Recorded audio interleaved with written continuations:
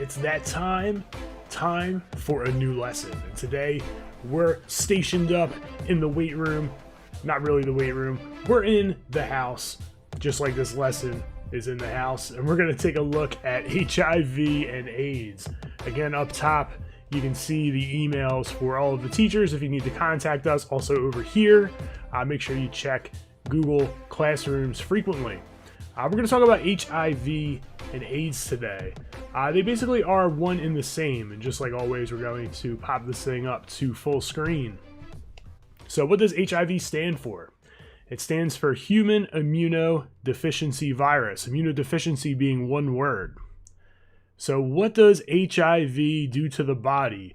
Now, a lot of these things that we're going to learn are going to cross-curricular or cross-lesson, cross-unit, however you want to call it. They're going to interact with the immune system unit. So a lot of the things that we learned from the past unit are going to be implemented here.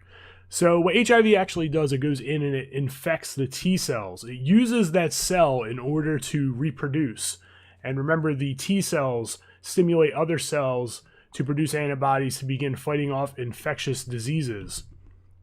HIV then, like I said, reproduces inside of the cell, and then it kills the cell. So what actually happens is, as HIV count goes up, T cell count goes down, and that destroys the immune system. So how is HIV monitored? HIV is monitored by the level of T cells present in the body. They'll actually draw blood and they'll measure this. The lower the amount of T cells that are present, the further the HIV has progressed. You don't have to memorize this number, but just so you know, 200 T cells per millimeter cubed of blood represents the onset of AIDS. And AIDS is the third stage of HIV. And we'll talk about the stages of HIV right here. So the first stage we have is the asymptomatic stage. This is when there are no signs or symptoms that are present, and there may not be signs or symptoms for up to a year, maybe multiple years.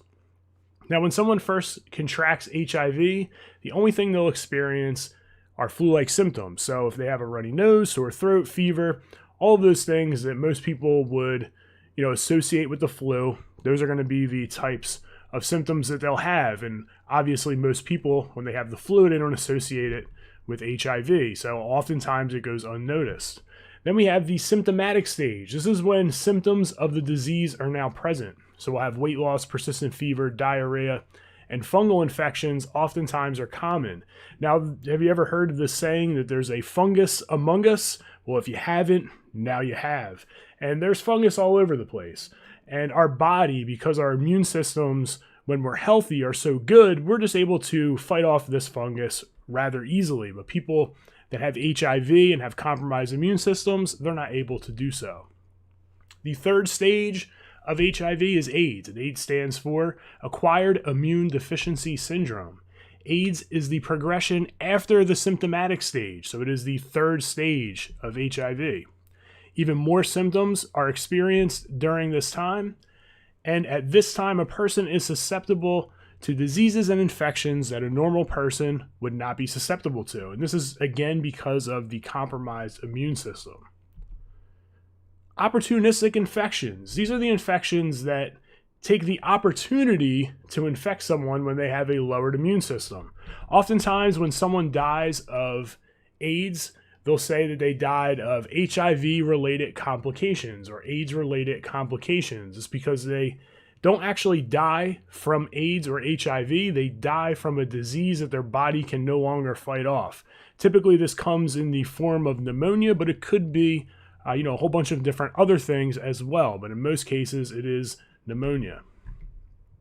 So HIV is transmitted through sexual contact, shared needles, contact with blood, and mother to baby. And this also goes back to when we talked about CPR and being safe, using gloves, using a face shield, all right, all of these things to protect yourself from those bodily fluids if you do go into a situation where you're going to rescue someone. True or false? A person can get HIV from kissing a person with HIV. I'll let you guys marinate on that one for a second. You good? All right. It is false. You can only get it from blood and sexual fluids. A person who has HIV always knows when they contract the disease. The answer is false. They do not know. Remember that the flu-like symptoms are the only key indicator when someone first contracts HIV, so oftentimes it goes unnoticed. Tears, saliva, and sweat are fluids that easily transfer HIV from one person to another. That answer is false as well. Preventing HIV infection. Abstinence. This is abstinence from anything that would be considered risky behavior. Drugs, sexual activity, all of those things. Avoiding drugs, if I were to say alcohol can be included in here, why would you think that would be? I'll let you guys think about that for a second before I answer. You can probably hear the person banging outside. Apparently everyone wants to do yard work because there's nothing else to do. And the reason why alcohol would be in this situation is because it changes your train of thought. You may do things and take risks that you normally wouldn't take. Avoid contact with blood and bodily fluids. So we're going to talk about testing for HIV. So in an HIV test, the person is tested for HIV antibodies. Now remember, the B cells produce the antibodies. So over time, as the HIV pathogen is recognized by the body, these B cells will begin producing these antibodies. If antibodies are detected in the test, the second test is done to verify the results. If both tests come back showing HIV antibodies, then a person is considered to be HIV positive. So follow-up testing. Here's a question for you. If a person is HIV negative, but believes the infection may have occurred shortly before the testing, is there any reason they should do follow-up testing? The answer to that is yes. If testing occurs soon after infection, the body may not have begun producing those HIV antibodies. The body may not have detected it.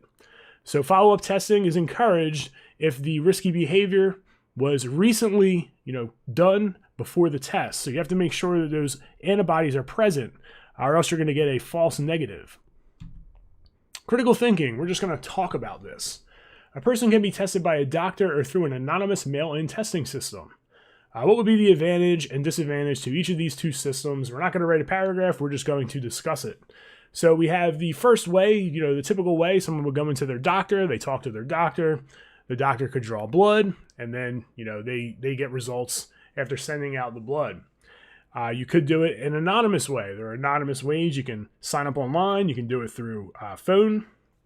They send out information for you to go to get your blood drawn anonymously from, a LabCorp or something of the like. They send your stuff out. You get information back based off of the results. And they give you some pamphlets and maybe give you some references through email that you can utilize for counseling and other things moving forward. So some benefits to the doctor. The doctor can sit down with you. It's more intimate. You can talk to one another. You have someone to lean on. It's a little bit more personable. Some negatives to that, it could be embarrassing for someone to sit down and talk to someone in that way. And that's where the anonymous mail-in testing system can help. So someone can, get their information, or I should say get the information. They go out to a LabCorp, anonymously the blood is drawn, sent out, you get the information back whether you're positive or negative.